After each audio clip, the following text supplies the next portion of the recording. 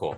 Ooh, I am excited though. I know for next week already on Hulu, The King's Man I saw that and just I came love. out. I Yeah. have no So interest in that. Like I tried watching the first one, the first Kingsman movie, and I watched the whole thing, but I was like, okay, like I liked it. I liked the it first was one. I okay. liked the second one. The second one was like way over the top with The like, first one was but I pretty love over the top, and when I saw the second one, I was like, I don't need more of that. but the second so one though, th- I'll watch Julianne more than anything. So That's but true. that's I not give you that. Nice. yeah. But that's not in the theaters then. It's only on Hulu. Oh, it's already been in the theaters. no, it's already been in the theaters. The Kingsman's. Oh, I missed that. Mhm. Yeah. In the pandemic, baby. Yikes. Matthew Jesus Vaughn, I like Christ. as a director, though. I think he really kind of injected new life into the X-Men series. So, and I think he's the reason why even Days of Future Past is a good movie. So that's why I want to see the movies, but I haven't seen them yet. I know that, I think we had talked about this, Andrew. I think Matthew Vaughn wants, what's his name? The main guy in Kingsman to be Wolverine. So I know. we'll see. Taron Egerton? Yes. Yeah. Yeah, I've heard that. I wouldn't necessarily hate that. I wouldn't hate it, but see, if we're going with that kind of, if we're going with right there, at the same time, I would just say at that point, just Charlie Hunnam. Mm-mm. Nah. Really, I can see. I can see I'm that. still team, what's his name? Harry Potter. You Harry guys- Potter, yeah. He's Weird Al right now. He's filming the Yeah. Weird Al movie right now. Yeah.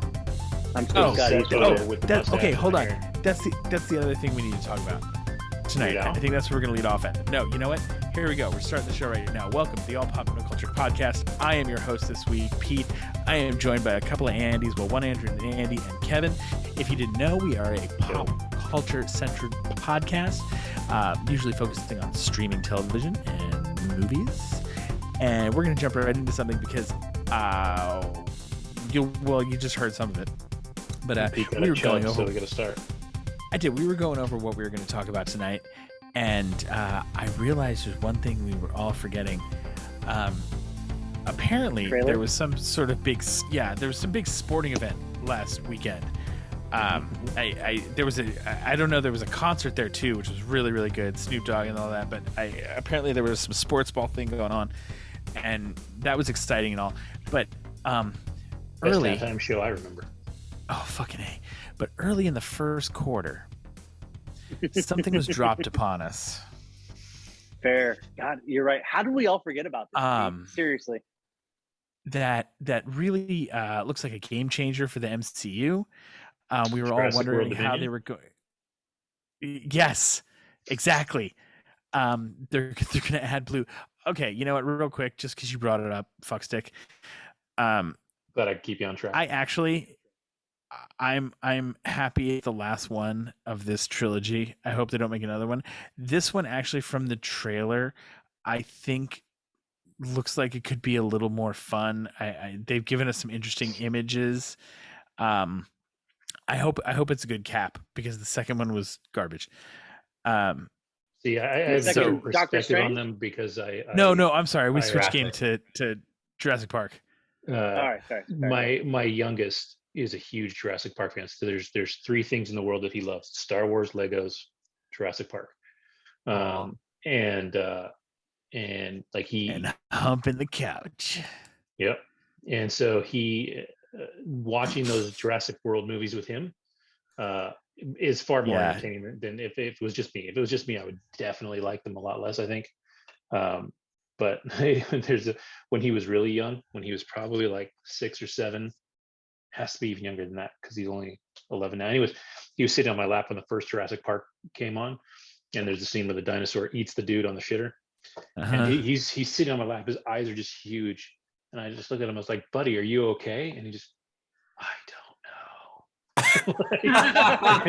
And Oh, that's awesome. It was fantastic. But it's one of his favorite that's series. great. Like, we've watched the cartoon, the Netflix cartoon, all that stuff. So he loves it. Oh, right on. Well, no, I had the entire, that was one of the franchises I had when we were still doing franchises, and I loved Jurassic Park.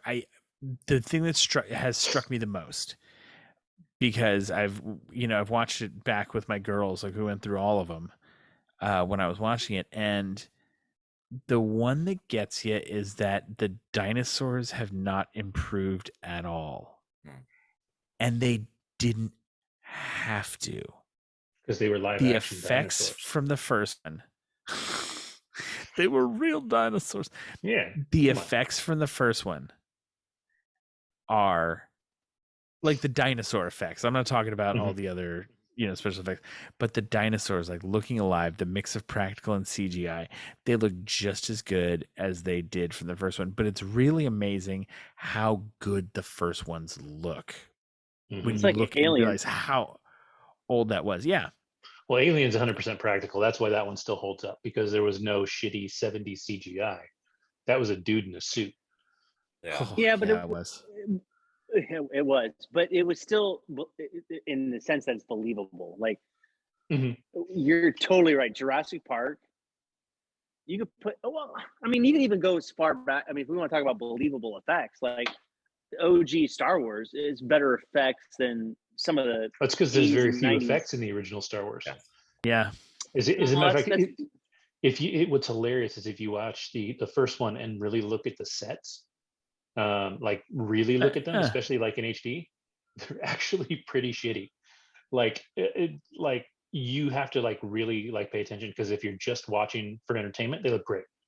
But like if you really stare, especially when Leia is in that opening scene when she's given the disc to R2D2, that set's actually pretty janky.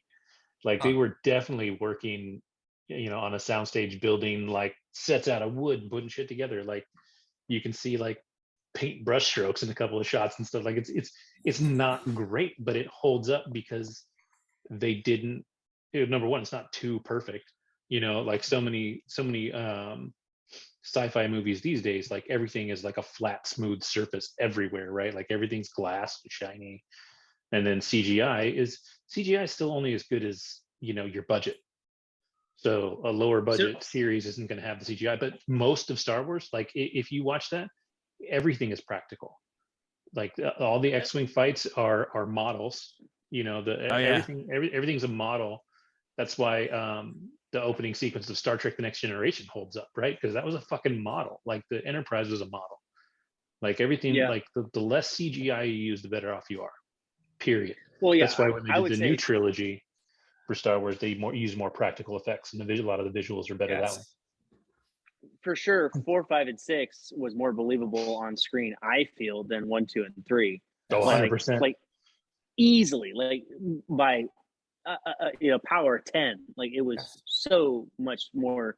It looked like Solid. It looked like 1, 2, 3 came before 4, 5, and 6 in real life. Like that's to me. That's how it looked. It was just so different. But the effects really make the show, and it's so strange. Like how much it's gotten better. Like even Dune, right? Like the most recent Dune. It's hard to me. The most recent Dune is damn near Star Wars 4, 5, and 6. Like I know it's probably 98% CGI, but it is really good.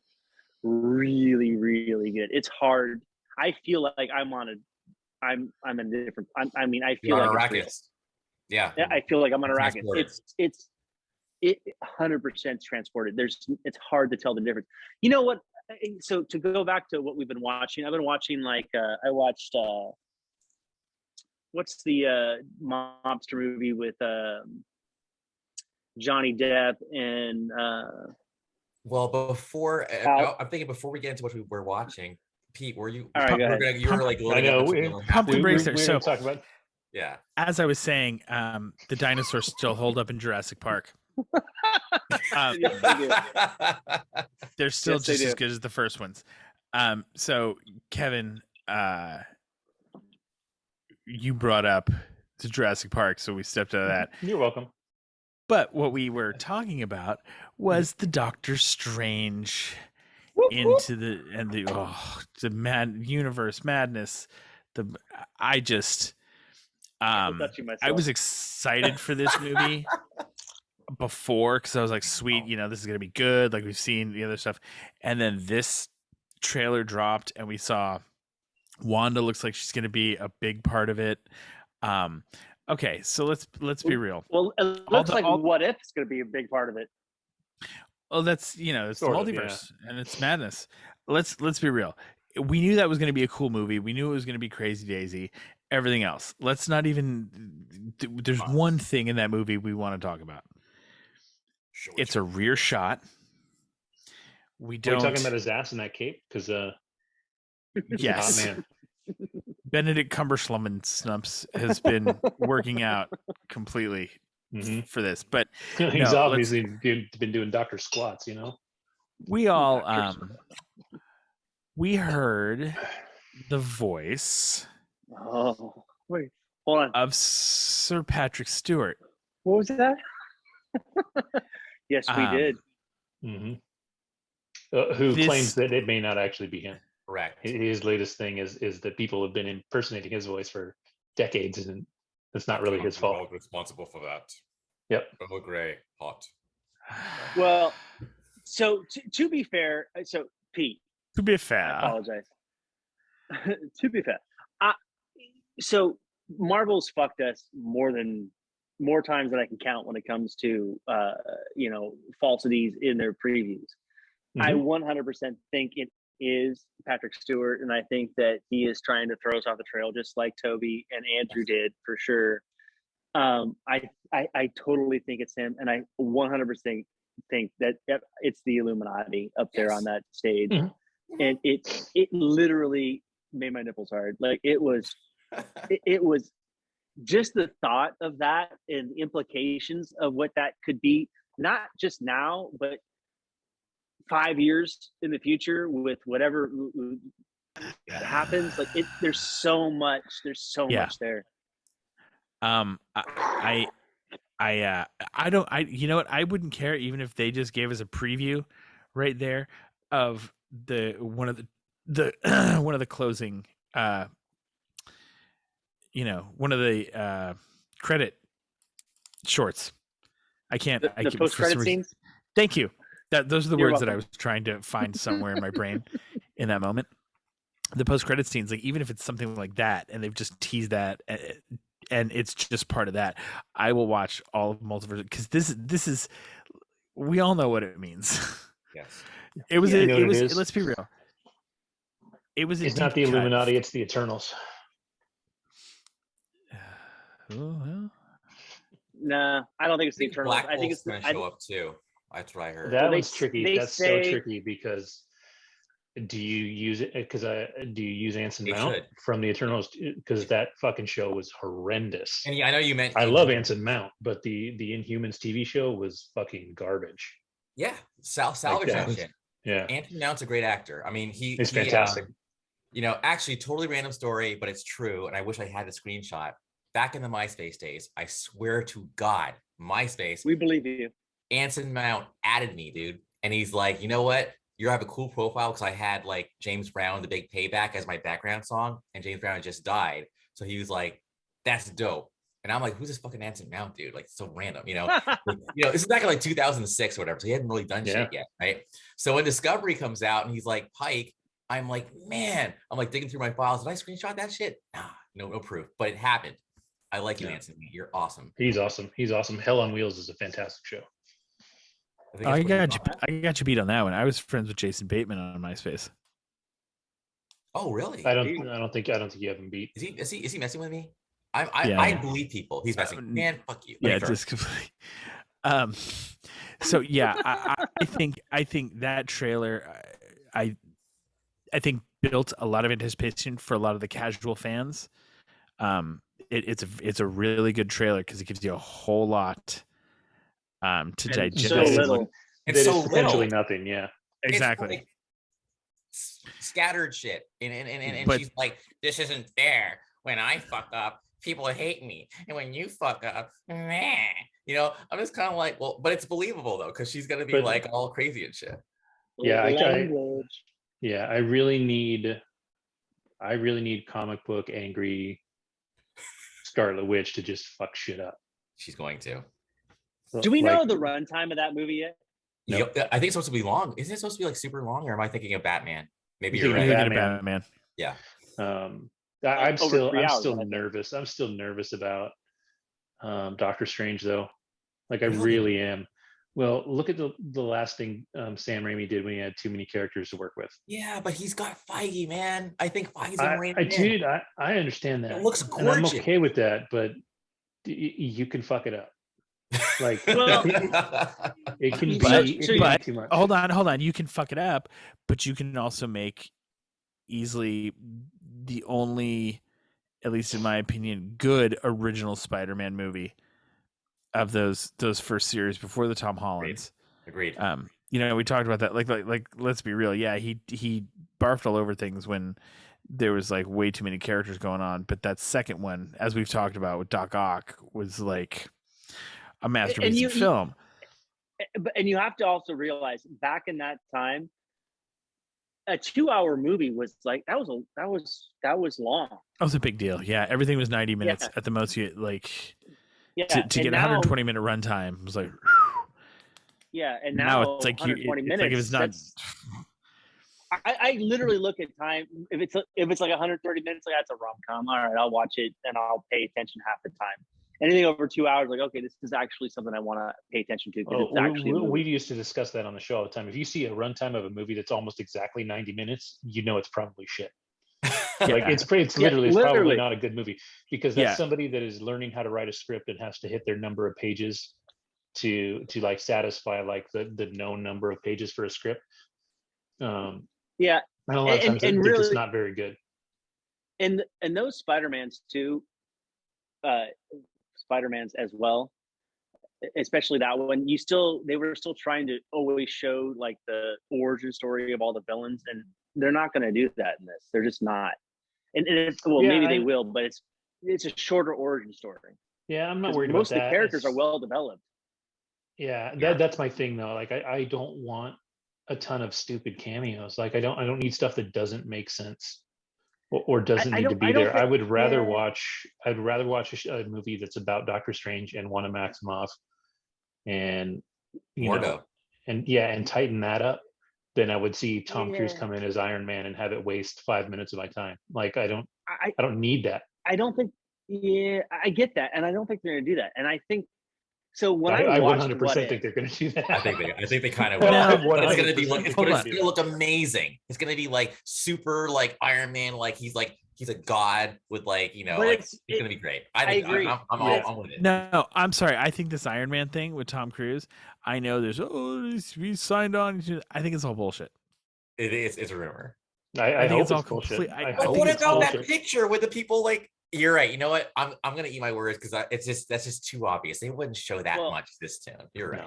No, I don't. I think they have mashed that picture together with some shit that they have because, like, on the one hand, like if you look at the screenshots that people have blown up and stuff, like it almost looks like the dude that plays Kang. Yeah. In there, that's not him. Yeah, isn't it two of them? No, the other one is clearly a woman. One of them's Jonathan Majors for sure. We don't know if it's the one who remains or if it's Kang or whoever it is. Got it. So for sure, is there going to be cameos?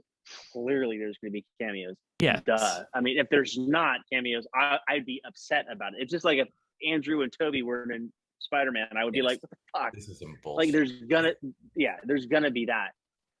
For sure. But I really think when I watched What If, I was like, what the fuck? Why did they do this? Like it didn't like I enjoyed every episode. Like I truly thought it was a good time. I loved it. But I was like, this seems so non sequitur. Like, why is this important? And I would rather have that stay as it was though. I would rather have it be its own little universe and not cross over into the MCU. But why? So before you answer, because I answered before I go ahead. I don't. I put a pin in it myself. I'm like, whatever. It is what it is, and I totally enjoyed it. I thought it was great. I loved it, and I agree. Like, it's its own little thing. It's just what else it could be.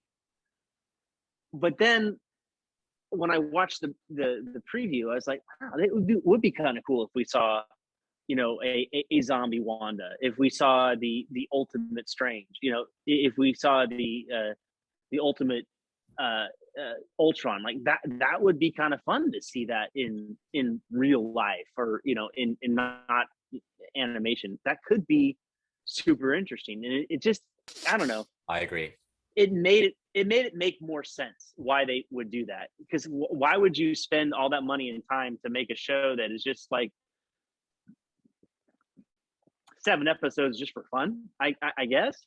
I'm okay either way. I'll just jump in really quick. I'm okay either way. I saw What If as a celebration of the Infinity Saga at the end of the day. It was just like, we're looking back on the Infinity Saga. This is a celebration of it, but we are moving on. But this is just some other things that could have happened in the Infinity Saga. Like outtakes. Yeah. Yeah, exactly. Like cutting room floor shit, basically. But if we do see some bleed over into that and it's done right, I just think it enhances both things the same way Rogue One enhances A New Hope. I like the totally of it. That's what I'll say about that. Oh, that's fine, but the Rogue One characters aren't bleeding over into fucking episodes. But they 7, 8, should 9. have. Like, No, they should have been the Knights of Ren, dude. They should have. They messed it up. They all died in Rogue One. That was the whole point of Rogue One. Is everybody died. If anybody from Rogue One showed up in another movie, I would be so pissed. I'd be like, well, they fucking blew Cassian's getting a series that's supposed to. It's the prequel to all that, so that'll be interesting. Why I kind of don't even really care. Like, why are you doing this? They're dead. Like, stop. I'd say, hey, it's more Star Wars stories. That's all I give a shit about. Well, anyway, Kenobi's dead, and he gets his own series. Exactly. Kenobi's the shit, though. Cassian is just like a reformed rebel who killed people. For me, with What If is based on a comic book series that never interacted with the rest of the Marvel series either. It's literally, it was only that. It was that last episode. The whole point of that series is in the title. It's not. Yeah. It's not what did and what did happen somewhere else. It's just what if. That's fair. And I don't think that needs a crossover. Plus, I think those are stories like Marvel Zombies doesn't make any sense in the MCU as the MCU. If you made a Marvel Zombies movie and kept it separate, that's fine. But having them show up again for 5 minutes in a movie where you care about the story of the movie, I don't need cameos that don't improve the movie. It's the multiverse, so it's like it is. I get that, but don't waste my time trying to impress me with the multiverse. Make it matter. Like, well, no, they've already done it, though. Didn't you like seeing Howard the Duck in Endgame? Like, that was just fun. Okay, yes, that's fun, but let's be real. Everybody watched Loki, and we had 1 billion Lokis from across 1 billion different. We've I get what we're saying for lack of cameos, so there would be some fun stuff. Maybe I don't want to see Tom Cruise's Iron Man. It might be interesting to like a portal opens and something's going on, and like you get a glimpse of like one of the other. Like I think one of the things that we're going to see, if you really want to tie it back and see something we may see Strange looking at some of the other options that could have happened in terms of like the one that saved everything, or at least the one that he knew about, is that we may look at some, because he doesn't have the time stone anymore. Exactly. Well, so he can't go back in time. But there's other time stones and other realities. Who says he doesn't get a hold of one of them? Some are paperweights. I don't know. He specifically said in Spider-Man, though, that he has no access to the time stone. Do we think the TVA is going to be in this at all? Do we think we're going to see Owen Wilson in here at all? No. We don't know that they're dead. Why do you think they're dead? Well, no, the TVA is breaking apart. Yeah, they But when? What we saw in the first half of season 1 of Loki. Well, they were replaced by a different TVA. We don't know when this is taking place, and time. Clearly, this is a time travel movie, so who knows when they're in that space, what it is? I don't know. I hope we don't, only because I don't think the TVA makes sense up against the magic of Doctor Strange, right? Like this is the magic movie. This isn't the time movie, if that makes sense. Well, like you could do it, I'll give you that. It wouldn't necessarily be wrong, but I don't think it fits the tone of the movie. Yeah. But isn't this supposed to be a horror movie? Isn't it supposed to be Marvel's first horror movie? Yeah. It's gonna have scarier. They said that about elements. the New Mutants too. Yeah, I don't. And New Mutants was close to that. New Mutants wasn't garbage. Yeah. but it was closer to that genre. I mean, whatever you thought about it is one thing, but it was clearly meant to be more of a scary type, movie than anything else. It wasn't. Speaking of, now that I think about it, with this being Sam Raimi, I think that on the Illuminati, one of them has to be played by Bruce Campbell. I've seen that meme actually on Facebook. Bruce Campbell has to enter this universe. Oh, he will. 100%. He'll be in that movie somewhere. I don't know what he'll do. But if it's Sam Raimi, he's in it now somewhere. Well, exactly. I agree. Now, if an Iron Man mask opened up and I had Bruce Campbell's face and there was a chainsaw for one of the Iron Man arms, that would be. I think Bruce is going to be Happy Hogan. I was going to say that maybe Tom Cruise would be happy just to like throw people off, but I can actually see Bruce being happy to Tom Cruise's Iron Man. I think it makes sense. I don't think they'll go that deep into Iron Man. If Iron Man shows up, it's going to be on the Illuminati where he's sitting on that chair, because if I get any more fucking backstory out of it, I'm going to walk out of the theater. I'd be like, that's not, I didn't come to see a fake Iron Man movie. I came to see Doctor Strange. But what if I do? I'll leave it alone because we have to talk about other things too. I want to. Well, no, we will talk about this more. We can literally just talk about this too. Yes. I wish Bruce Campbell. I mean, hope. That's not. We will talk about more in a moment.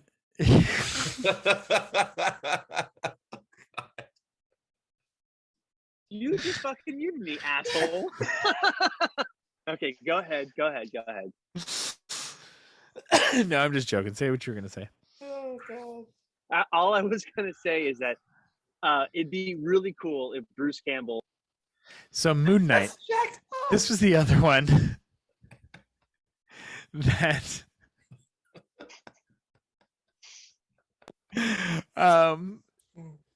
Listen. I appreciate the humor for sure, but just 10 seconds. He's gonna take his ball and go home if you don't stop. No. I will go home. I promise. But like, I love that. Dude, that's so messed up. Stop it. Be nice. Oh my God. He's gonna leave, dude. Don't do that, dude. No, he's laughing. Third time's a charm. That's it. I love comedy's good. I love it. I love you, Steve. So much. The how cool would it be? I miss the Stan Lee reoccurrence in all the movies.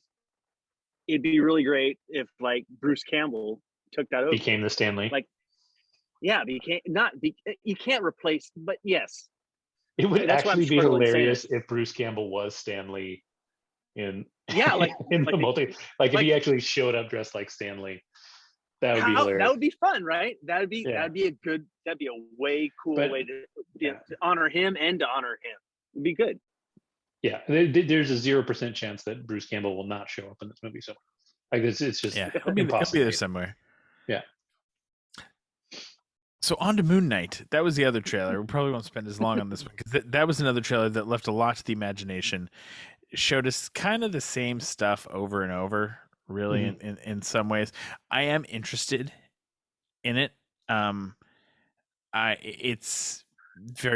looks to me like in some ways like a cooler Morbius trailer, if you want to go with anything, because like Morbius, like that looks goofball, but at the same time, I didn't know much about that character, so the trailer made me kind of want to see it just for the story itself, and some of the stuff looks kind of cool. Anyway, that's another episode.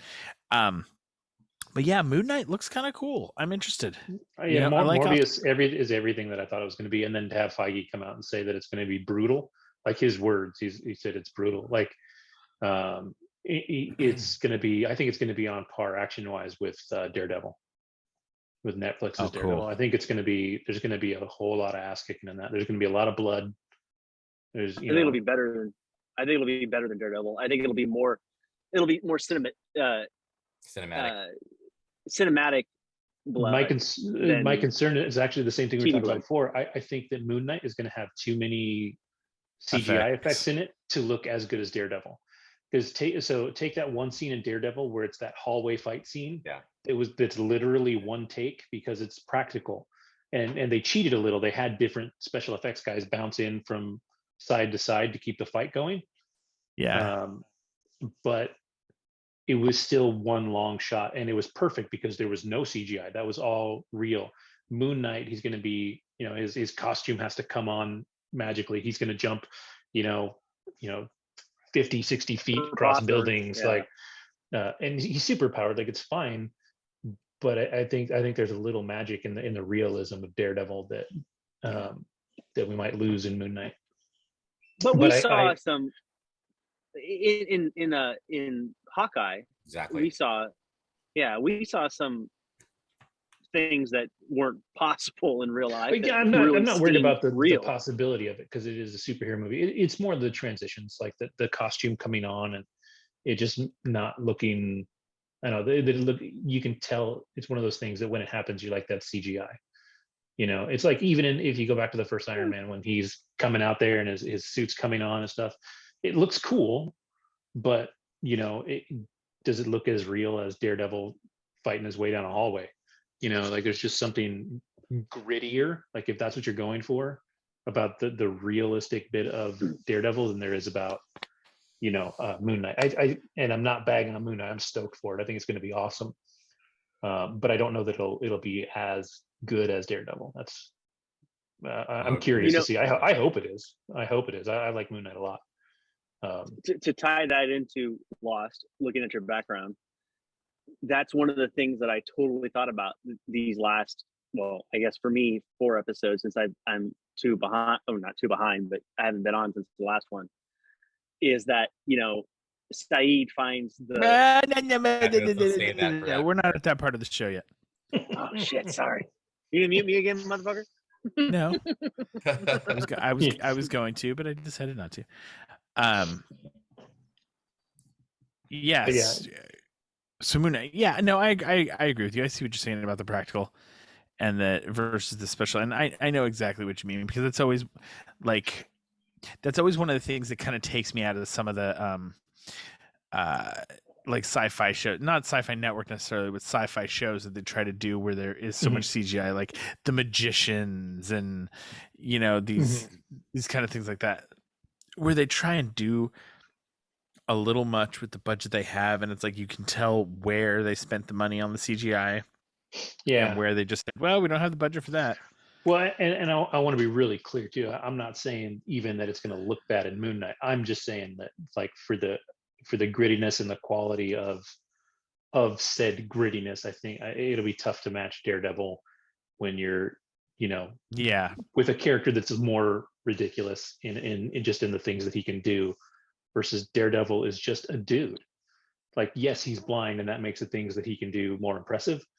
And his reaction times and stuff like that are better, but he's not insanely, like, magical or anything like that. He's a dude. Yeah. Like, on the one hand, you can almost believe that if you trained hard enough, you could be Daredevil.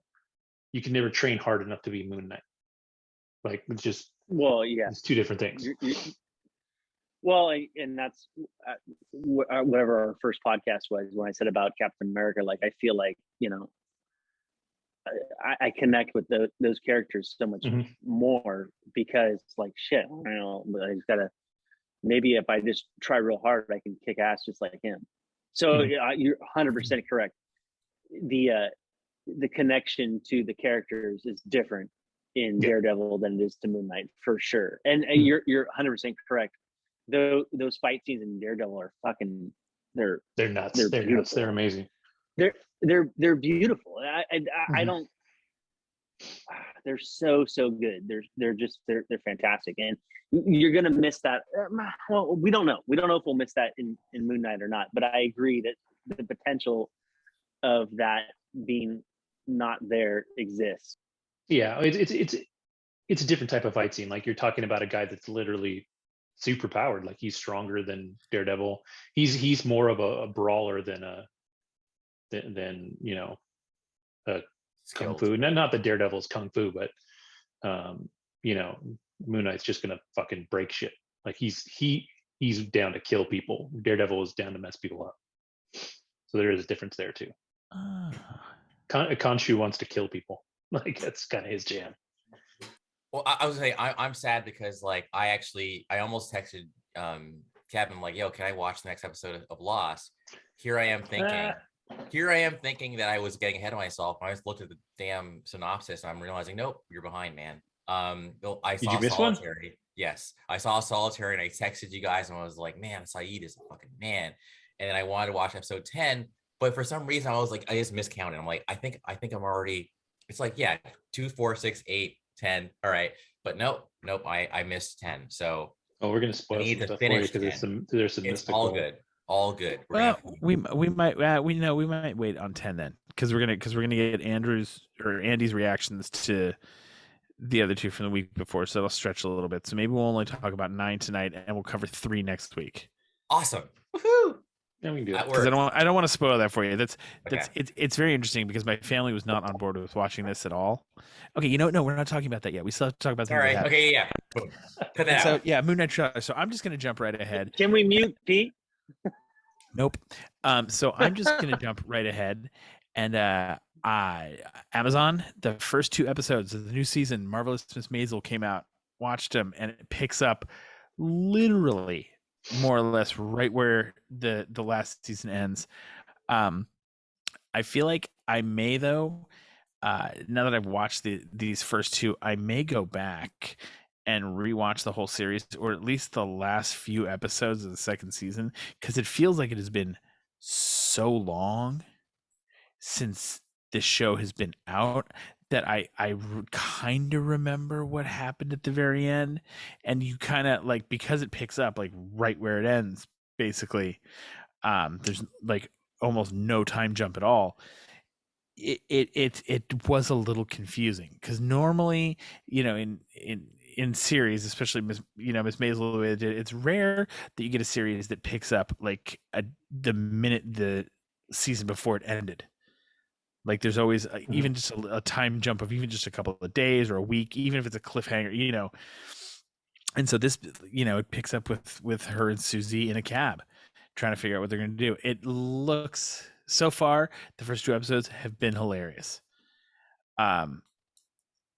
Joel continues even on these 2 to become, to kind of grow into actually like one of my favorite characters. I hated him in the beginning, which you're supposed to. Because he cheated on his wife and blah blah blah blah blah, and he's actually become a really kind of a cool character. And anyway, Miss Maisel, Which one? Enjoy it, watch it. Which Joel, character? her ex-husband. Yeah, he's come a long way. I definitely did not like him in the beginning, as much as I do now. When they had that whole bit with him in building up the business and everybody partying in the office and all that, you start to kind of feel for him. Yeah. No, it's but I'm a huge fan of Amy Sherman Palladino. Like there's actually a better than zero chance that at some point I will watch Gilmore Girls, specifically because of the way that she writes dialogue. And I like those characters. I have seen my wife watching Gilmore Girls, and every time that I have watched it, like I get wrapped in because the dialogue is so snappy. Like they say when like as a rule, scripts should be very clean. Like they should be short. Like there shouldn't be a ton of dialogue on a page. And a 60-minute show should be a 60-page script, right? That's how scripts work. With Amy Sherman Palladino, they are almost twice as long as they're supposed to be because she has so much dialogue. And that's why the dialogue has to happen so fast and so snappy. It's literally to fit what she has put into a workable amount of time. See, I made that, now that you just said that, I didn't realize that was the lady who wrote Gilmore Girls. I've heard amazing things about the show. People say they love it. What you're talking about right there is exactly why I love Aaron Sorkin. Yeah. So I feel like Gilmore Girls, I may actually go and watch that now. That might be one also I can get my. As soon as you watch it, you will hear her voice in that show. Like the dialogue, the way that it works, especially between the mom and the daughter. It's like the same dialogue between mom and daughter, except in this one, in Gilmore Girls, they're best friends, right? Because I think she had her daughter at like 16 or 15 or something crazy, like super young. So they're really close. Whereas in Miss Maisel, her relationship with her parents Obviously, is very yeah. strained. Yeah, but it's And fantastic for that. it gets even. I'm telling you, these first couple of episodes of this season, if you haven't watched Miss Maisel, go back and watch it on Amazon Mhm. Prime. It is, especially if you're a fan of comedy, because it Mhm. takes you back to a time that Old we're school, getting yeah. farther and farther away from each year, where there's a lot of brilliant comedy that came out of it. I love the guy who played Lenny Bruce in the first season. He's so good. He's so good. You know, that whole thing, I think, it's really, if you're a student of or a fan of comedy, just in the knowledge of its history and where it comes from and Yeah. how to be funny and what it means to be funny and writing and things like that, Miss Maisel's a cool little primer on that. Mhm. In some ways, it's really neat the way they did that. In the same way, I'm Dying Up Here did that for like the 70s comedy scene and the Comedy Store. And that, so Miss Maisel's, aside from just being great storytelling and just phenomenally well photographed, that show's just fucking awesome. So watch that. But then I also watched, take a drum roll here. Finally, I got through all of it. The Boys.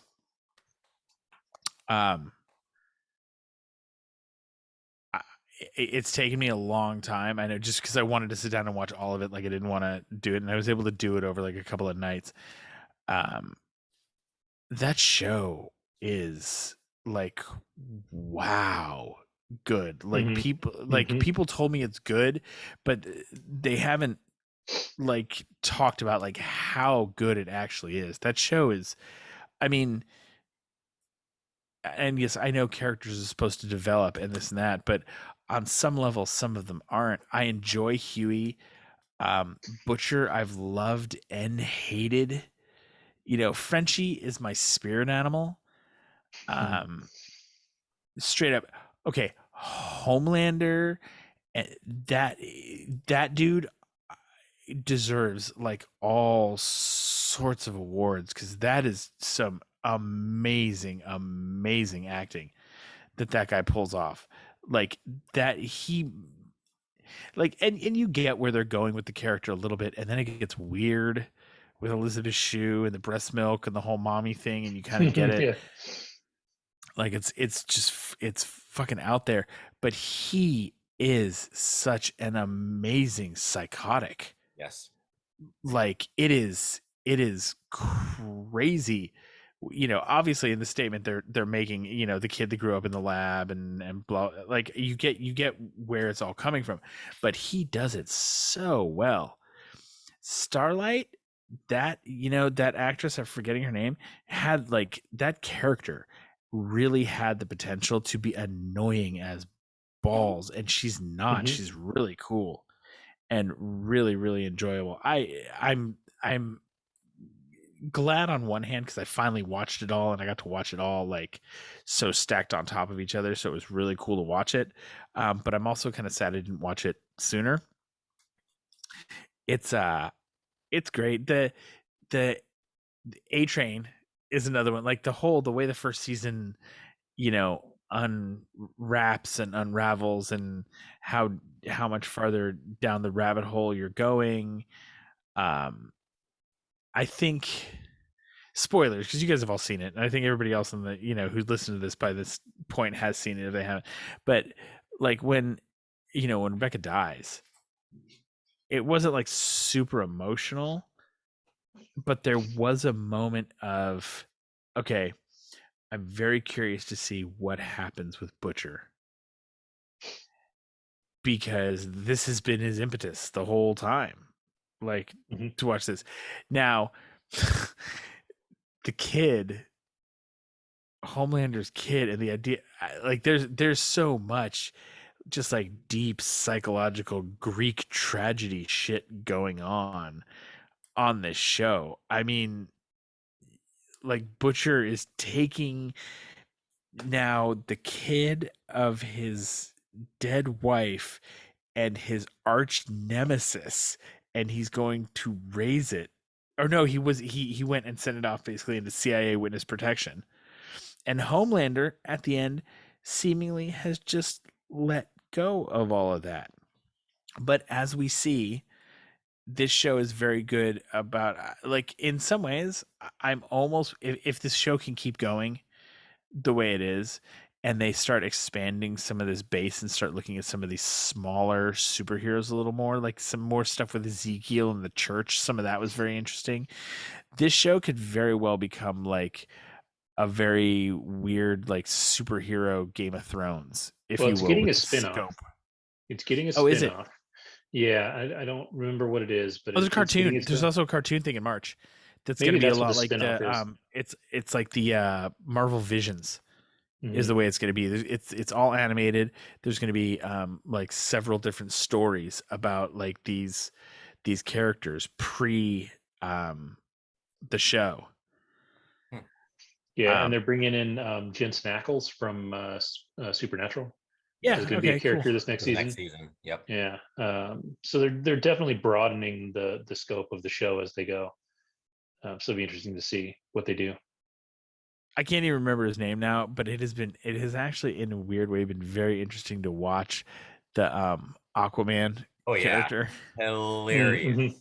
character study. Like you know, because you've got the whole thing with the blowjob in the first, yeah, with you know, Starlight. in the first season, and you're like Jesus, he's just like he's a horrible guy, and he still is, and you don't like.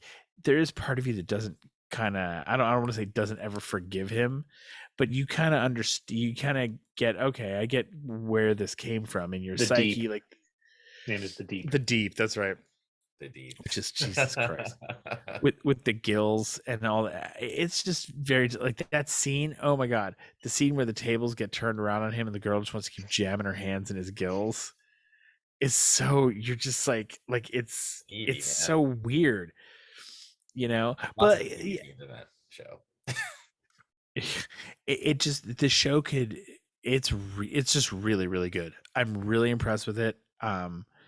It is again one of those shows that like I've watched it and it has lived up to all the hype that was thrown to it. And you know, a lot of times I get shows like that and I watch them and I'm like, okay, yeah, it was good. It wasn't life changing, you know. But this is 2 in a row now, like where you know Kevin's just lost. This has been awesome so far, and you know Andrew and other people, just the boys. So Yeah. happy with it. Good. So happy with it. Yeah, I can't wait for the next season on that one. So who wants to go next? Because that's where I'm done. Oh, unless we want to talk about it some more, yeah. Well, I appreciate. I'm so glad that you shared that is good. I really loved season 1, so much so where I was afraid to watch season 2 because I thought it wasn't going to live up to what I enjoyed. So, with your recommendation of season 2 of The Boys, I'm excited to watch that now on the treadmill starting tomorrow. Oh yeah, no. Good that if we you didn't haven't watched spoil anything. All right, bro, yeah, no, I spoiled a little bit of stuff, but it's not gonna. I spoiled big stuff. No, it won't. When you see how it all unravels, and how, oh, dude, yeah, no, season 2. This is also another show where season 2 is easily on par with season 1. Yeah, like sure. there was no fall off. no. And then there's the whole boat and the whale thing too. That was magic. Thank you that for was saying that. insane. That was, I mean, and there's so many other scenes. Yeah, for sure. And no one's mentioned Stormfront. I'm sorry. I like Stormfront. I just thought she was great. And that little the very end where she's almost like Edelweissing, you know what I'm talking about. At the end. Yeah. I don't know. I just thought that was a really well played character, and I loved the dynamic. Yeah, and the twist with her was well done too. Yeah.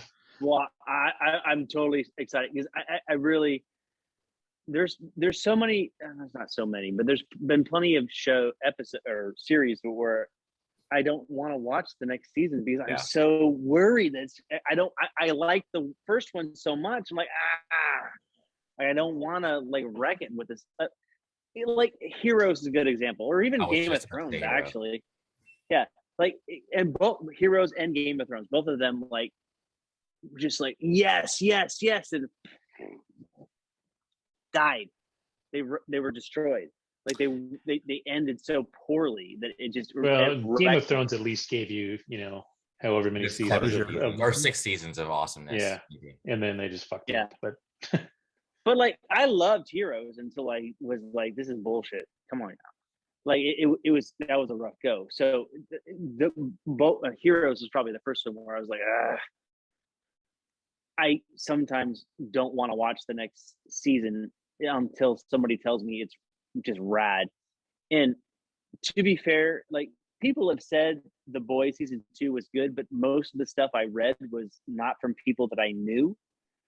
It was all from articles that Facebook was, pushing towards me. So I'm like, if they're pushing all this, how great it is towards me, it maybe not be so great. So I didn't even try it. So with your recommendation, I am very excited to give it a shot. It's really good. There's a lot that goes on.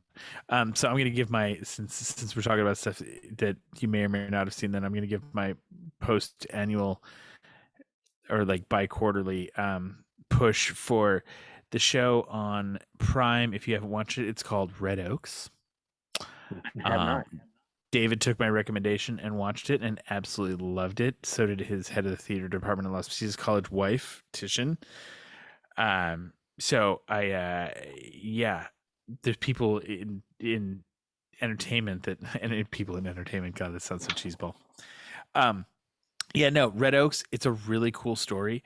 It all takes place in the 80s it's this kid who goes and he's a tennis pro at a country club, and it's just worth it to go and watch it. It's a great show. I don't want to say it's one of those where you have to get past the first couple episodes. It's not like that, but it takes, like, the first episode's really, really good, but it doesn't hook you. It doesn't completely hook you and really get you in until about the third episode. When you hit that third episode and you're in, great show. Really, really good. Go back and watch it. Didn't get a lot of play when it first came out. I randomly picked it up like 2 years ago. I watched it. It's so good. Okay. Anyway, on with whatever else we were going to talk about. I mean, I could bring up that show that we mentioned that no one else liked, and I sort of hold on. Go. So wait, I forgot what we were just I think I'm the about. only one that doesn't like it. I don't think anybody else has watched it. Raised by Wolves. Yeah. Well, then there we go. Raised by Wolves. Let's talk about it. All right. So you brought it up. What's it about? All right. So I'll start. So I remember before I'm on Roku. So HBO Max took forever to get on Roku. So everyone was like hitting me up, yo, Raised by Wolves. And I'm like, I'm gonna have HBO Max, man. Get off my shit. Right. So finally, like in December of like 2020, it was like literally the 21st of December, we got it, because that's when Wonder Woman was going to come out. That's a whole nother conversation. Anyway, get HBO Max. I'm happy. I watch Raised by Wolves, and I'm taken in. It's Ridley Scott. He's very atmospheric. It's like, what I like about it is it's the future. Earth is like, I don't know if Earth is actually destroyed or just like demolished beyond repair, but either way, basically these androids, mother and father, and they've got these human embryos, and they crash on this planet called Kepler 22b, and it's their job to raise these kids, basically.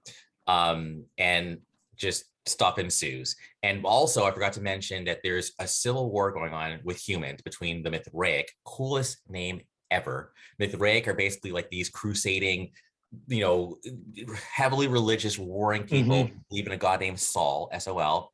And then there's the atheists, who are the other side, and it's a war that literally tears humanity apart. And one thing I like about that is that I do think that when it comes to human conflict, religion, even though race is a big deal for obvious reasons that I will just be real about, I think religion might be really like the most, like, the deepest one. We look at the Middle East. So anyway, that's what the show's about.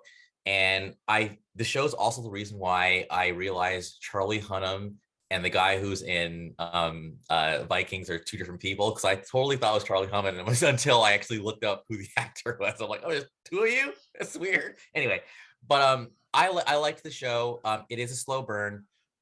It's also a lot going on, so it's very confusing. But in a way, for me, if there's a lot going on in this show and the visuals are good and the acting is good, I'm actually gonna like invest in it. So I literally, and then the other thing last thing I'll say for now is that season 2 just dropped, like I want to say maybe a month ago or a couple weeks ago. I just finished the 3rd episode.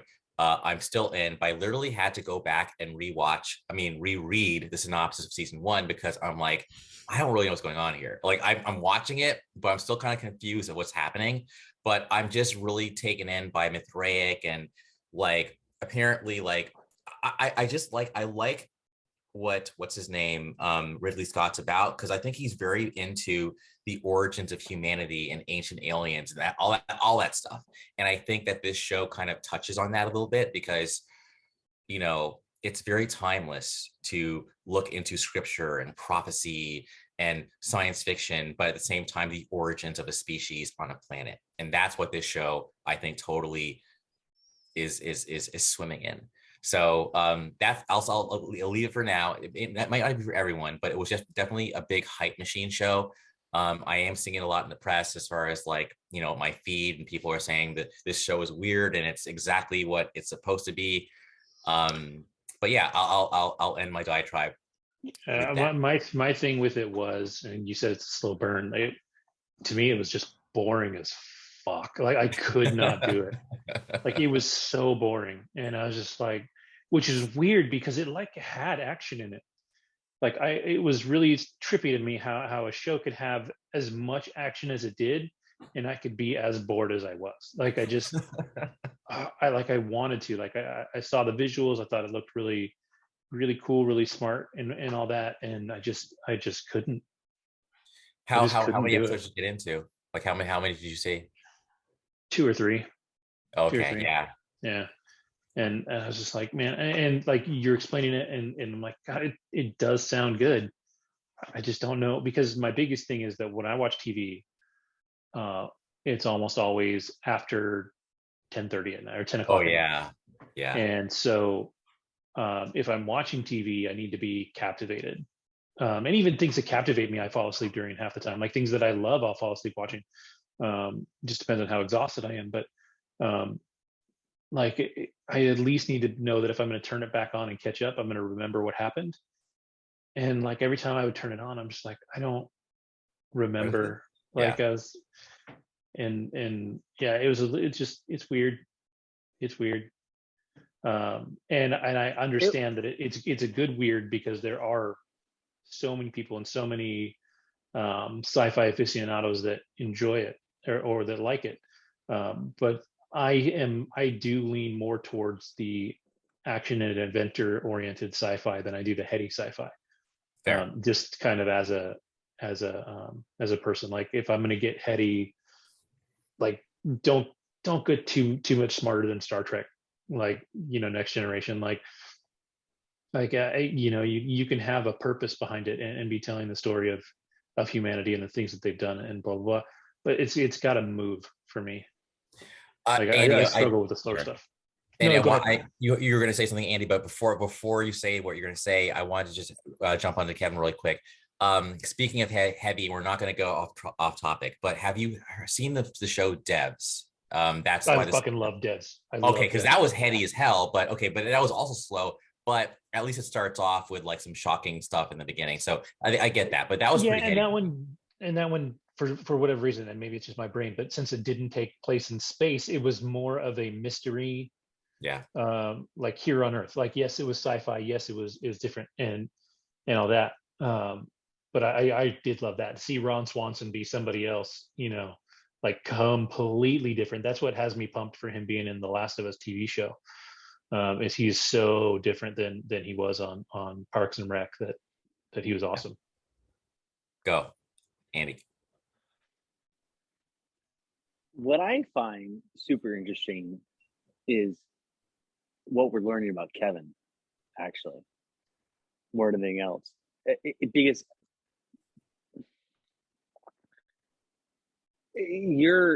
you not liking this, but I'm acutely aware, like when you say you like something now, Midnight Mass is a good example. Like I would have never watched that. I would have never put that on. That would have happened. and you liking that and suggesting we watch that and to have it be your background even is like, shit, I need to watch that. So I will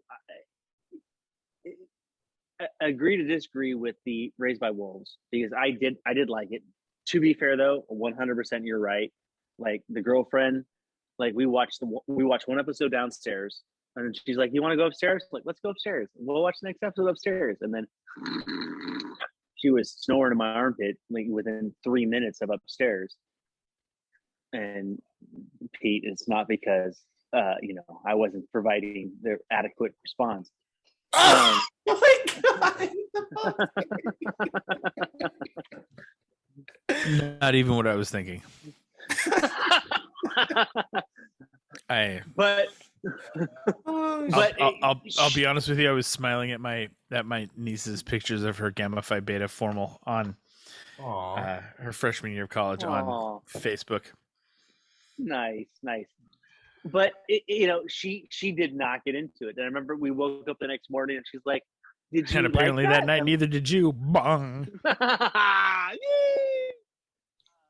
Oh my god, you guys are awesome. Keep going. She didn't get into it. She was like, "I don't like it. I don't get it." She didn't get it. Yeah. But it is a slower burn. Like it was. I don't want to say it's tough to watch, but it required, like, you couldn't be watching it and then also be like TikToking at the same time. Like you got to be jumping in. I turn on subtitles because for me it's like I can't miss a thing. I need to understand what's happening with this show. It's annoying when I have subtitles on it because it's so otherworldly. If you miss something, you're like confused the whole time. Keep going, Andy. I just jump that in. No, you're 100% correct. You needed to be immersed in the show. I couldn't watch this show while I'm cooking in the kitchen. Like there's no chance for that to happen at all. For sure. You need to be here watching, paying attention. Subtitles is a great suggestion for somebody who maybe wants to pick up their phone, because it was really, I enjoyed it, but I had to be immersed in it. And there's a shit ton of subtext in that show too, right? Like there's a lot happening that is not said. Like you have to interpret a lot of stuff from that show. So I'm only 3 episodes in. I'm barely in. I'm like, I mean, I'm to first base with the show. Okay. Like I'm barely into it, but I've enjoyed it wholeheartedly so far. But I know, and the downfall of the show is because of that. Like I can't just put it on. Yeah. Like I have to be like, I'm gonna watch this now. I can't, like most shows I watched are just kind of on. No, I feel you. I get you on that. I watch a lot of shows like that. That's why like I said, I was lucky with The Boys because of what I was doing, like just doing laundry and stuff like that. I was able to concentrate on it. Like that's why I haven't. Here's another confession, like fanboy, fucking jail. I still haven't watched Hawkeye. I've only watched the first episode of Hawkeye. Oh, get off your ass and take care of that right now. That's got to be clean. Yeah, I watched the first episode. I watched the first episode, and then like traditionally, like like all the Marvel shows are kind of like we watch them as a family, and we just haven't gone back because of when it came out and what we had going on at the time. Yeah. We just haven't gone back then to just sit down and watch. It was like the perfect Christmas movie, though. It still reminds me. Yeah, it was fantastic. It was like it reminds, like literally, I finished the first podcast we did as the 4 of us, like that. I literally finished Hawkeye like maybe 10 minutes before we got on Zoom. Okay. Like it was so perfect for that season. They did such a good job. Yeah, and speaking of shows that you have to pay attention to, and I won't go too far into it, but if you like sci-fi and you like subtitles, have you watched Dark on Netflix? Oh, here we go. No, I'm not going to get into it, but proselytizing about Dark. It is one of the best shows I've watched on Netflix, period. But you cannot miss a minute of it. You have to watch it all, because it's not so much that it's like as subtextual as like Raised by Wolves. It's just everything that's happening in that show, in the time span that they have to tell it, is happening for a reason. Like everything matters to this overarching story because you have, I want to say it's 3 different timelines happening on the show. It's a German, Austrian show. So it's either dubbed or subtitles or both. I watched the first season with both because sometimes, especially with foreign shows like that, the dub and the subtitles, you get a little bit of different dialogue, so you get a little different interpretation of what they're saying. That's how my scat porn is. Yeah, gross. But dark is fucking Germans. All I'll say is go watch it. I won't even tell you what it's about. It's just fucking brilliant. Thank you. Also, I want to jump back into, I think, what I like about Raised by Wolves. So I also was raised, Catholic. So for me, the whole religious thing. Swear to God, I thought you were about to say by wolves, and I was like, what? That too. Canadian wolves. They're very Canadian wolves. Actually, like Wolverine. It's very interesting because when you guys were talking about it, I went off to use the facilities, almost because like I really want to watch this now because from what I'm seeing, Andrew, you really seem to like it. Kevin, you were really turned off by it. So I want to, see which side I went falling. I was going to say as well, like, okay, so I will say this. So like, for me, when I watch a show, there's got to be something or someone or some element that grabs me, right? And I will say, like, the main character's name is Campion. He's a kid. He's annoying as hell to me. He's just such a little, he's just so naive and so good natured. And I'm like, you don't deserve to live. Like you are a Darwin Award. Okay. Like in my opinion. Okay. Now, the mother android is like, I think she fascinates me because she's so weird. Like she's very, she's a robot, right? But it's like, she's also reminds me of a very like, almost like nothing against Asperger people, but like just very kind of emotionally detached person. But I'm just fascinated by these emotionally detached people acting very emotionally. That to me is a trip. Father, so wait, hold on a second. She reminds you of Tiger Mom. Yeah, basically, yes. I mean, and do not mess with her, dude. Like she's got some stuff in her that you don't want to smoke from that one. Like you don't. Okay. Yeah. So anyway, I'll just say that like there's just aspects of it. And then of course the Charlie Hunnam character, he kind of just, not a huge spoiler, but he kind of goes off the deep end, like in a way that's just really, it's very like The Shining-ish, and I think that's also cool. So it's just, I just want to see where this is going. Last thing I'll say is, no, I'm not going to say that because I'll say it. I remember The Expanse, like that show, I watched it, but now that it's over, if I could go back in time and say, Andrew, do you want to waste your time on Expanse? I'd probably say no. Because I feel like in the first 2 seasons was good. Really? By the time it ended, by the end, it's just kind of like, this is not really, it went out with a whimper. I was the opposite on The Expanse because I didn't, when I first watched it. So I did a rewatch to get caught up before this last season, which I haven't finished actually. Okay. But I didn't like the first season when I first watched it. It was a little slow and a little very funky. But knowing what it does for the show, like going back and watching it a second time, the first season didn't bother me at all. But I enjoyed The Expanse.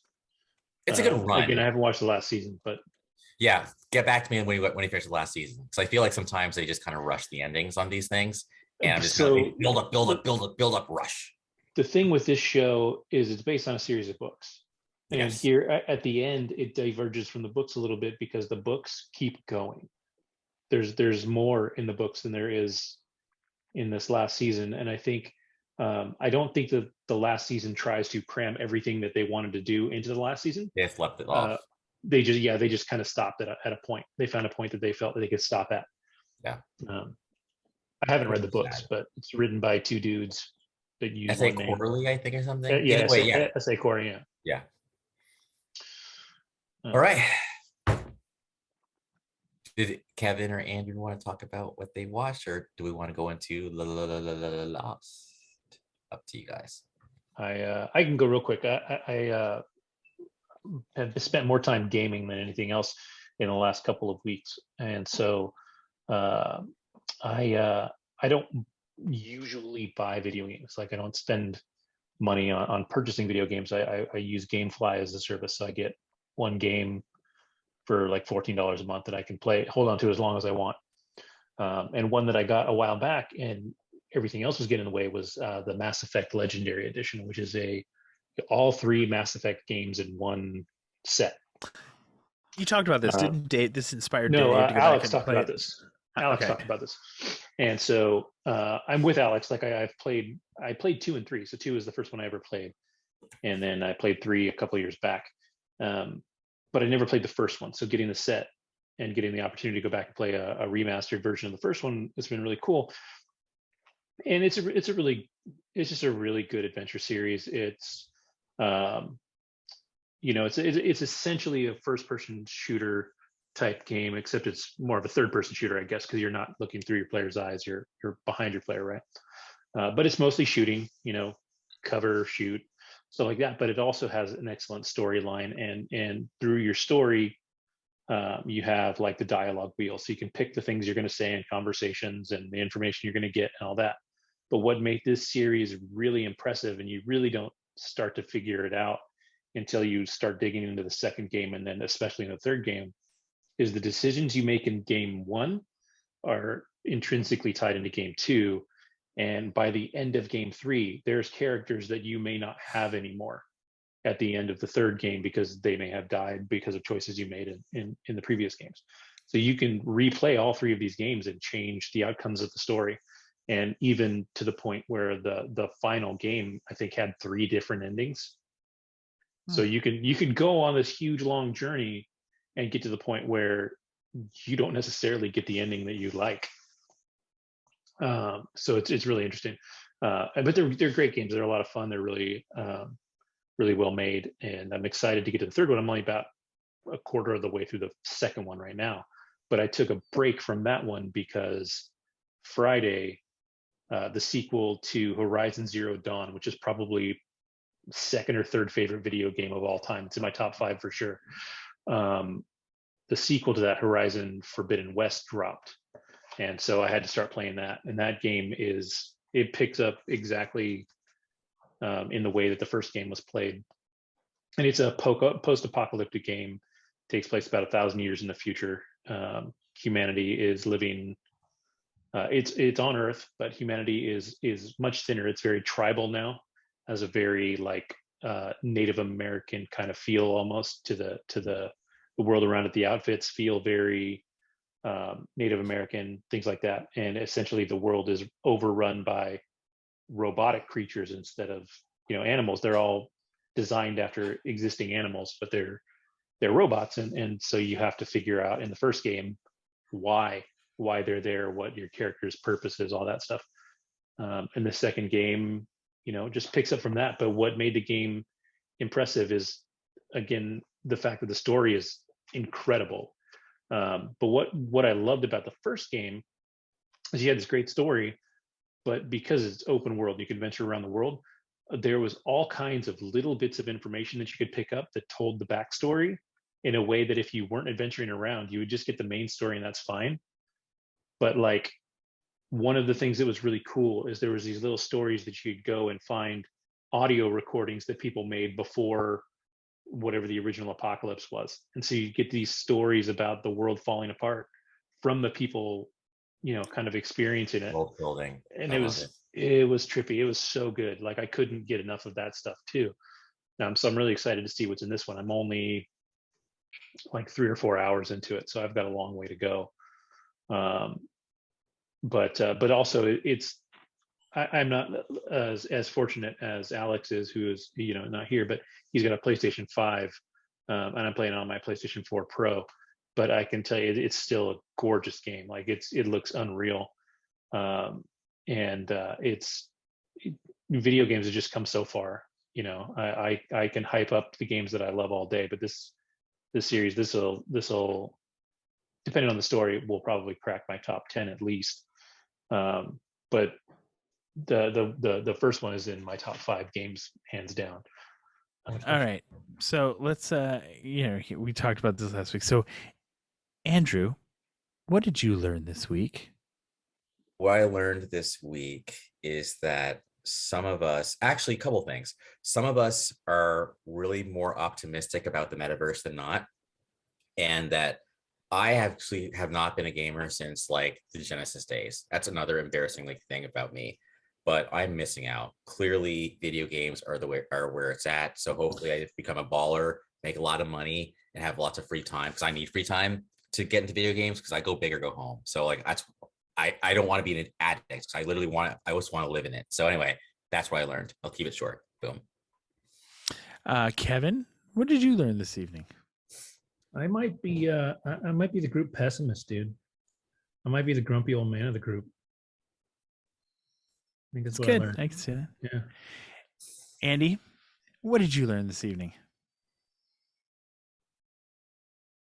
I thought for sure you were going to mute him.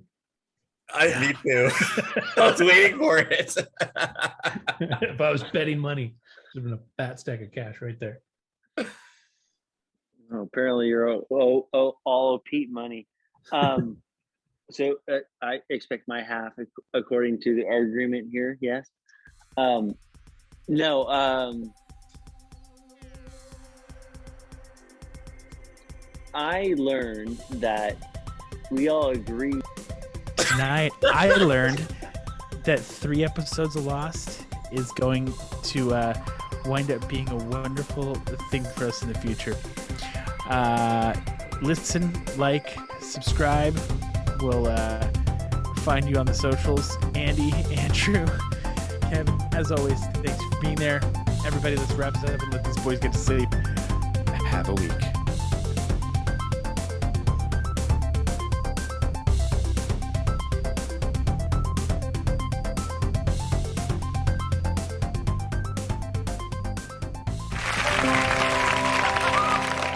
And now, Deep Thoughts by Andy.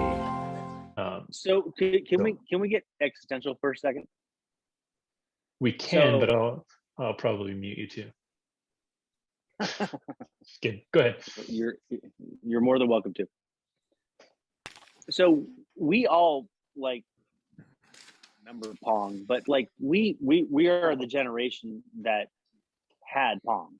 Like our first games were below 8-bit, right? And now we're, like you said, PS4, PS5. Yep. Like the fucking Oculus bullshit. Like it's as close to real deal as we can get to.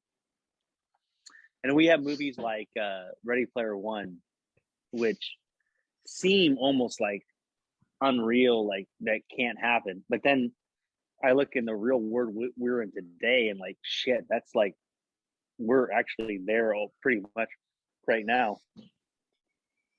And then thinking about Pete and Kevin, or especially as Pete, like your kids are. I don't know how old your kids are, Kevin, but Pete's kids are. Your youngest is what, like 8, 9? 9, and I actually have a breakfast date with her tomorrow morning to play Lego Incredibles on our Wii or on our Okay. on our So Switch. So you're Kevin. You don't have younger than 9, right? No, I've got 11. What do I have? 11, 12, and 14. Okay. So And 25. The 9-year-old. Gotcha. Jesus. You got boys right. You're just like in that puberty sweet spot with your boys right now. That's just horrible. There's nothing sweet about it, buddy. You're shoveling food Everything's- down their throat. yeah. There's crusty Everything socks all over the smells- house. well, yeah. Everything It's, smells like Mhm. oh, you poor fucking bastard. Your poor wife. None of that is wrong.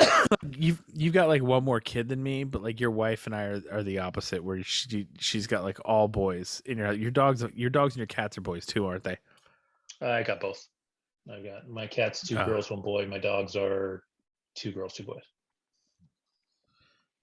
That's way too many animals. You never have too many animals, dude. You can only have too many that you can't take care of. Oh, I live on 3 acres, so my dogs are wow. happy.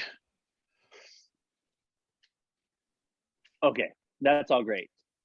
So Pete, your 9-year-old, like when she's our age, she's gonna be talking about PS4, PS5, like we're talking about Pong. Like, so like how or far are Nintendo we Switch, away? more likely.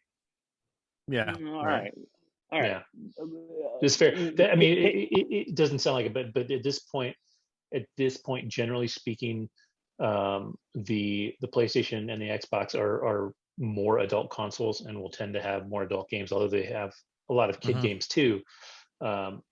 Kids are more fascinated by the Switch because of the and just Nintendo in general, because Nintendo makes the systems that is easier for kids to handle and play and take with them. The Switch is probably one of the most brilliant fucking systems I've ever seen made. It is. It is a bunch of genius. Like, you can take the controllers off, you can use it as a monitor, you can play it in your hand, like, unbelievable. I agree with all actually, it's funny. This is the first Nintendo product I've ever owned. Yeah, it's genius. I went from a Sega Master System to a Sega Genesis to a PlayStation 1 to a PlayStation 2 to a PlayStation 3. And then just stopped with the PlayStation, and then eventually got an Xbox 360 when so was that, because the Kinect thing came out, and it had Kinect was dope. That Kinect thing, it was really, really cool. And then we've got we actually still have our Xbox 360 set up because I love the Disney Infinity stuff. Those are awesome. And so, the girls, especially the youngest one, still likes playing that. I do agree with you, Andy. It is going to be like, but that's a good example, though, of what Andy's talking about, is that's what your kid, that's your kid's starting point, is something like Disney Infinity, exactly, which is like playing a cartoon, effectively, right? Like that's what your kid's starting point is. That's pretty close to what my kid's starting point was. Our starting point, like he's saying, maybe wasn't Pong, like it was around, but Atari 2600 games, Tank. Yeah, exactly. I was playing Pitfall. I was playing Pole Position. Like, okay. Frogger. Right. That was our starting point. Speed Racer. So Mario, or no, it wasn't Speed Racer. It was Spy Hunter. Yes. Sorry. That's what I meant. That's what I meant. Spy Hunter. Yeah, but I knew what you meant. Like I had that. Like. I was a Commodore 64 person. I never had the Atari. But that's so. But to what Andy is saying, seriously, is that like I was playing this game last night and looking at just, I mean, it's people, like they're animated, but this is like people. They have faces, they have eyeballs that fucking blink and look side to side. Their pupils fucking die. Like they're amazing. And I played fucking Pitfall, where like it's amazing how far this shit has come. No, but so what are, when our kids are on a podcast in 5 years from now, and they're talking about what you just said about PS4 and like how far are we away, do you think, from Ready Player One? I think 5 to 10 years.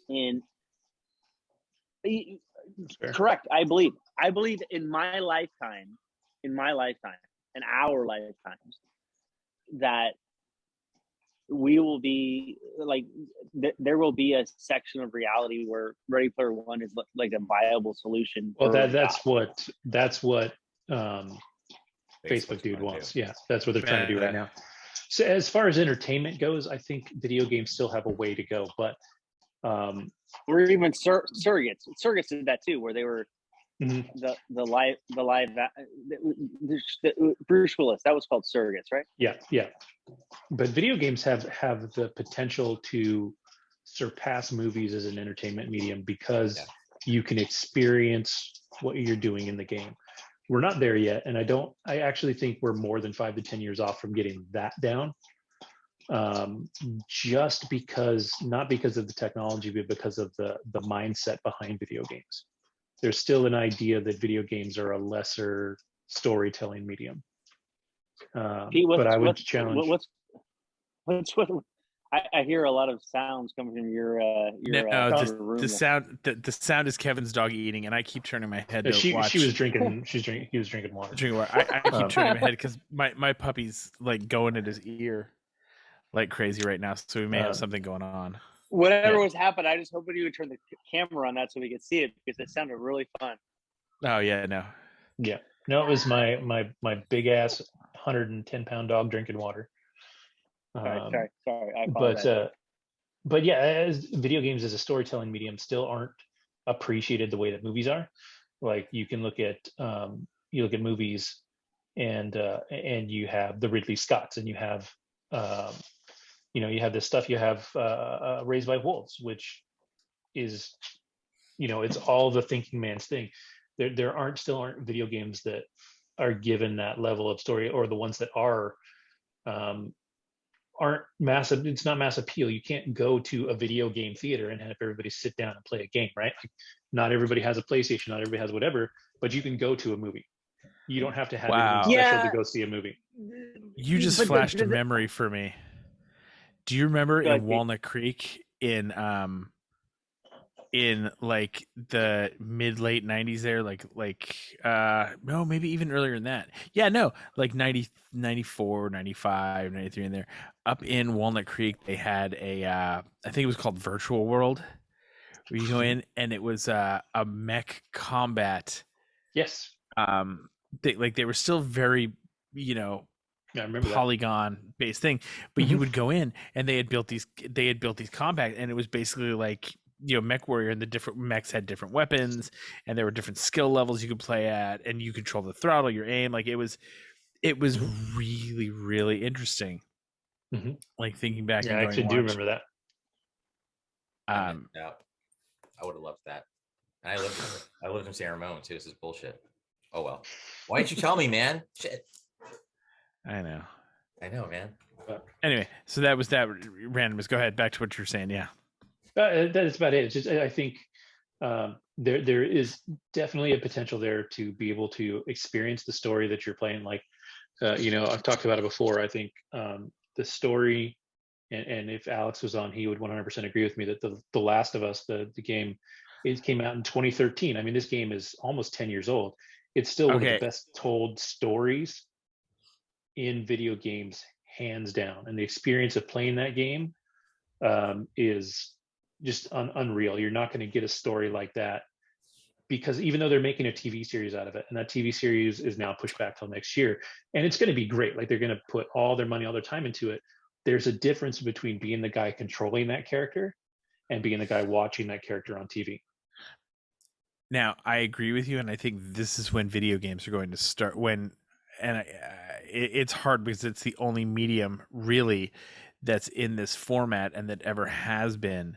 I think video games will start getting their just due when we go back to some of those situations where you're getting stuff released across all of the platforms. So it's on PCs. Like I know there's a lot of games that are, but I'm saying, like, when you get those games like The Last of Us, which is a PlayStation exclusive kind of thing, like, and I know it's a hardware thing to some degree, and so there's things, it's like porting to mobile. Like, I get that. I know there's differences, but there's got to be a point when Joe Blow is going to be able to play it on his kid's Switch, or he's got, well, like and we're making that progress now, because there's a device called Backbone, and it's a controller, and you can put your phone in it. But what it does, it doesn't do anything. It doesn't have any games on it at all. But what it allows you to do is play Xbox, the cloud service. You can play Xbox, current Xbox games, Microsoft games on your phone, right? So they're taking hardware out of this slowly. It's still a Microsoft exclusive, so you still have to have that application and be paying Microsoft. I think it's $15 a month for Microsoft Xbox Ultimate or whatever it is. Gold, yeah. But now on your phone, you can play it just like you would play on your Switch. You can go through the library, play any game they have available at the graphics quality that it is on your Xbox at home, because it's streaming through you instead. So we're getting to the point where hardware is starting to move out of that situation, and then it's a matter of paying for your streaming service, which is PlayStation or Microsoft, just like Netflix or Hulu or Amazon or whatever. So that is getting closer to being a thing. Cool. But it's still the cost to make a video game is very different than the cost to make a movie. and the manpower is very different. There's a lot more people. Well, it depends on the game. Because you can have somebody release a game that is critically acclaimed that has like one dude made the whole thing, and then you can have Katamari Damacy. Yeah, and then you can have what they call the AAA games, which are the Horizon Zero Dawns, and the Last of Us, and Halo, and all these ones that they Mythic put a Quest. ton of money into. Yeah, exactly what they're making on Mythic Quest. Those are expensive games with huge, companies behind them. So it's interesting. So how far are we away from Ready Player One? I mean, are we 5 years away? We're still a ways away. I think what you're going to get, you're not going to get. They're not going to replace movies for a while, like not for a long while, I don't think. But no. If wait, 1 second. That's not what I mean. I mean, how far are we away from where you can have a job as being an extra in a video game, and that could be your career? That won't happen. I don't think that'll ever happen. No, I think it will, because it won't be an extra in a video game. There will be a virtual world that people can walk around and interact with. That's already there. It just blows. Yeah, but how long before people are paid to do that? Listen, no one will ever be paid. No one will ever be paid to show up in a game. Oh, I disagree. Except for actors. I totally disagree. Because they're not going to pay you to be the barista in an online video game when you just wait around for something to happen. Here's what I think. I do think that it's possible that a whole, like, I think right now we're at the beginning of like the internet 3.0. There's like, or whatever it is, like we're at a new, like I remember back in 94, 95, 96, when we first started seeing, www dot, whatever, like it's all weird, right? And now of course it's ubiquitous. And I think now we're going another quantum leap into a whole nother layer of digital living and digital life. So if like I'm kind of with Andy in that I do think that if a whole nother like world emerges in the metaverse, right? Because I think there's the internet and there's the metaverse. Right. If the metaverse becomes like a thing, if there's money to be made in the metaverse, and maybe Andy, let's just keep it real, right? They say that porn's usually like that's what starts the whole like streaming television, all that started with porn, right? It's one of the biggest technological drivers because it's of so entertainment. Tied to a base human need, right? So maybe there'll be brothels, right? There'll be virtual brothels, and that's where you might make your money as a virtual brothel person, and that's they're getting paid to do that, So maybe they start there, and then from there we expand into more legitimate shit. I love how, but that will be a thing. You have to come up with what you can bring to the table, though. That's the thing that you have there. It's not going to be Pornhub, dude. Pornhub's going to start a house. Pornhub's going to open a house in like this virtual world, and they'll pay their models or whatever, and then blah blah blah. Anyway, keep going. I'm sorry. I see it. The difference is that if you want to make money in there, it's going to be what you bring to the table. Yeah. It's not going to be Facebook paying you just to be there. They're not going to create parts for you to play. The idea behind the metaverse, because as soon as they have to do that, they have to put their money behind you. If they give you the playground to play, and just like the internet doesn't, isn't making money because it's the internet. The internet isn't a thing. The internet is just a way to get to the things. But as a counterpoint, though, you're right? But at the same time, it's like there are internet companies, like there are like what was it?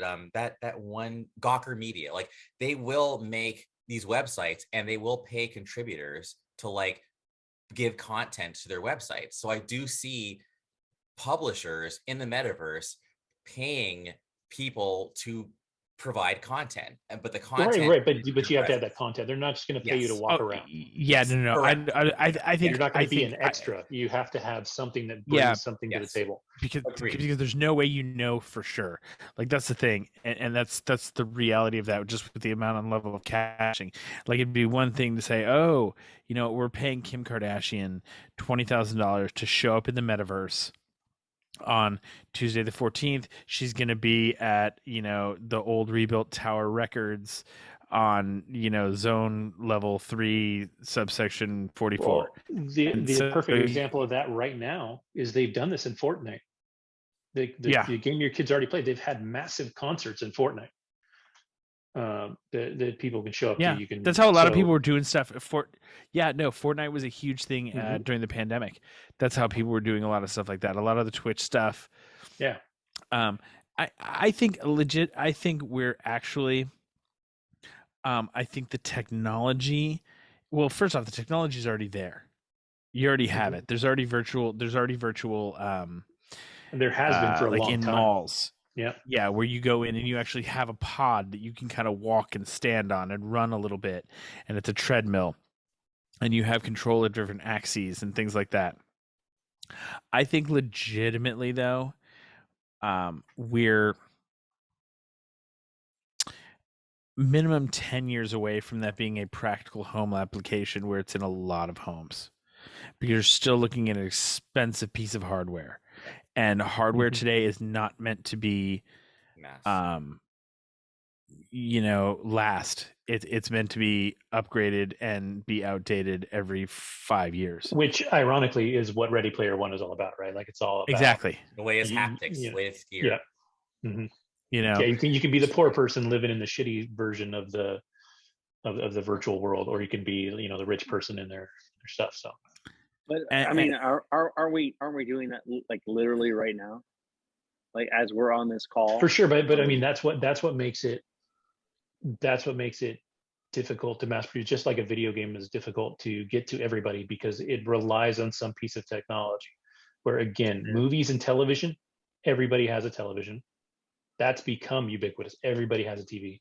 And if you want to watch a movie, you just go to the theater and sit in a chair. You don't have to bring anything with you, and the entertainment is there. So, Yeah, but if you want to live in a ubiquitous is- virtual universe where you can walk around, you're going to need the haptics. You're going to need something on your hand. You're going to need something on your face. You're going to need the chair to sit in that you're comfortable in for however many hours you're going to be in there. You need all these things to do it. That's still the barrier that you have against really making that a viable thing. Very true.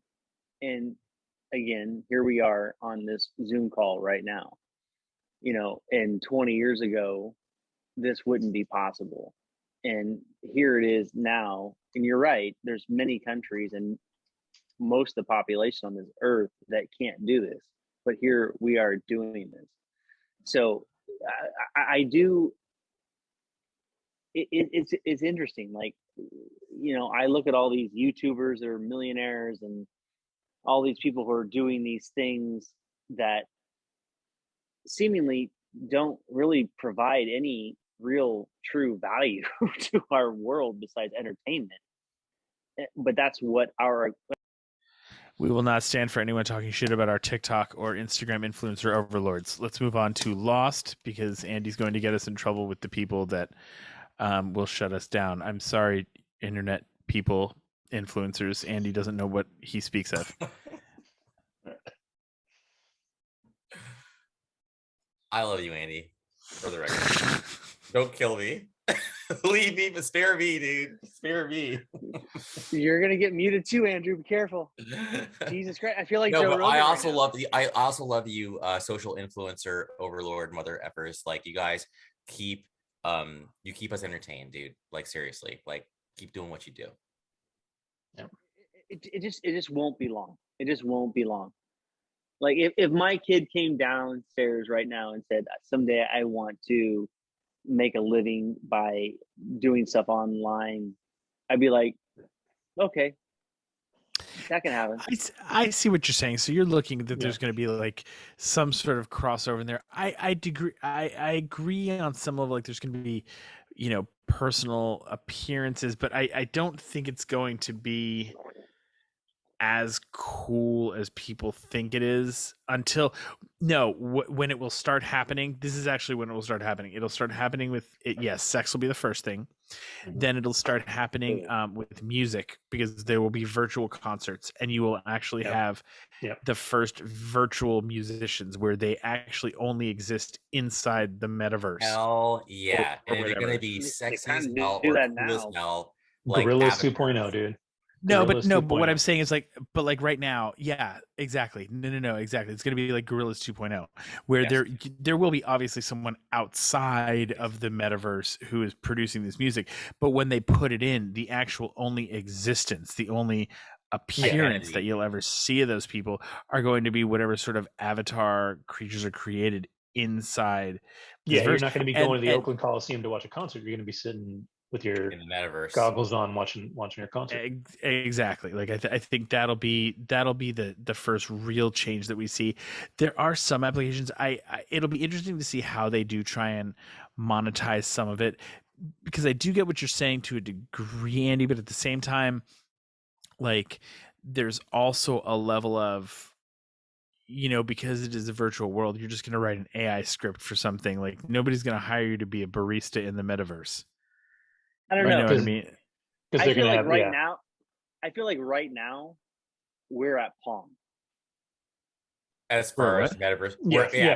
I think we're in the metaverse. We are very rudimentary. Correct. Yeah, we are Pong right now. So if Pong was in the 80s, and if we want to go 35 years forward, and it's not going to take 35 years to get forward. It's going to take a third of that time, maybe. Like I think 5 to 10 years from now, I do think like our kids could legitimately make money by having a virtual job. I do right now. Job. I do right now. My job is 100% virtual. I do not touch anybody's computers. I don't go to anybody's job site. I work from my office in my house 100% of the time. That's my job. Like I literally, my job is virtual. Yeah. I do support. I do everything for, I do everything for companies. I do support for a company that just got bought for billions of dollars. Like I support real companies, real people, real hardware, everything. And I sit in my chair at home. Amazing. And at the same time, right? We still want to get coffee. We still want to go do these, the virtual barista. Like I think Pete said that a couple of times. Like we still want those things, right? I still make my coffee at home, but man, I fucking miss the barista sometimes, right? Especially over COVID, right? The last 2.5 years where I didn't have that time. Interaction. So I miss how. Well, okay, so you're that guy. We know that, Kevin. With the sweatshirt and no hat on and the black glasses leaning forward like that, you look like a college basketball coach that got in trouble for like punching one of his players. Sorry, that came out. I was trying to suppress that. No, but it's just it's gonna happen, guys. Ready Player One, I think, is a